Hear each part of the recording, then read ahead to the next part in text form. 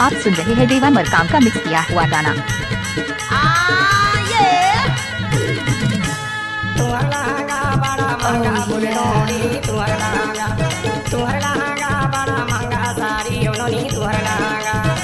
Oh yeah.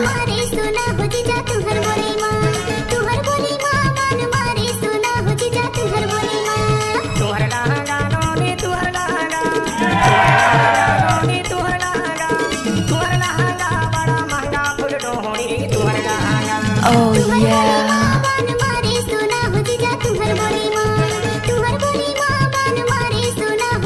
Oh yeah. अगर किसी भी गाने को मिक्स करना है तो देवा मरकाम का बायां हाथ का खेल है। मिक्स बाय डीजे देवा बाबू, हरा टोला वाले।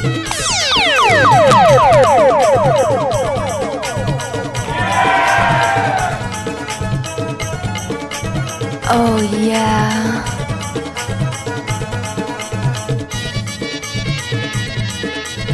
Oh yeah.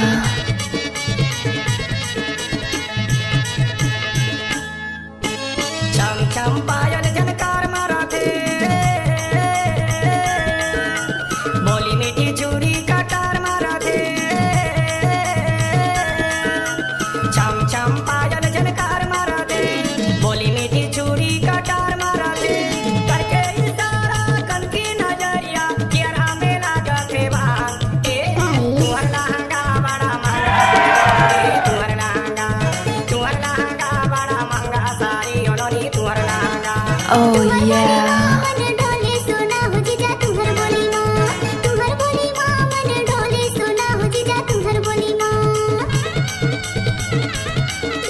What's up, y'all? Bust that groove.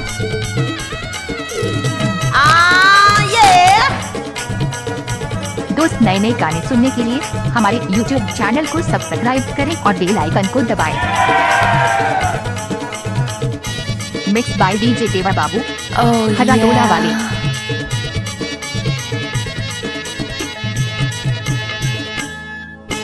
कोयली कस बोली मीठास लगाथे, मुझ मुझ तुर हंसना मोर जान माराथे।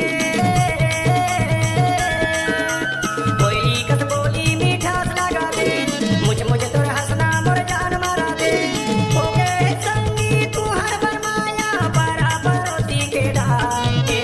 तुहर लहंगा बड़ा महंगा, तुहर लहंगा बड़ा महंगा सारी ओनोनी तुहर लहंगा।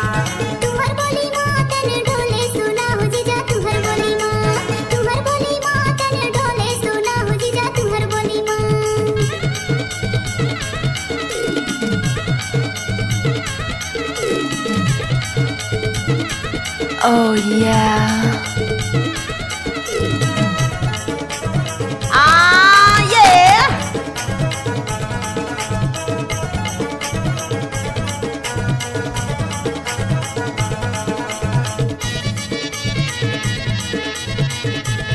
Oh yeah. सुंदर बदन तोर गोर गोरेगा, चढ़ती जवानी मादिता बा। सुंदर बदन तुम्हार गोरे गोरेगा, चढ़ती जवानी मादिता बा। मैं तुम्हार जीजा सारी दुआर सुन लेना मोर दिल के बात। तुम्हार लहंगा बड़ा महंगा फुल डोरी, तुम्हार लहंगा बड़ा महंगा सारी ओनोनी तुहर लहंगा।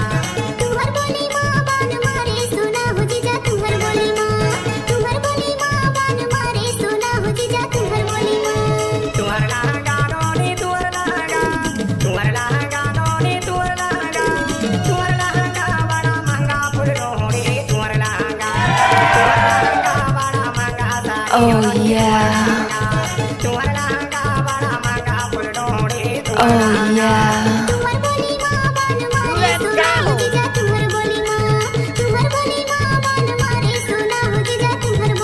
Oh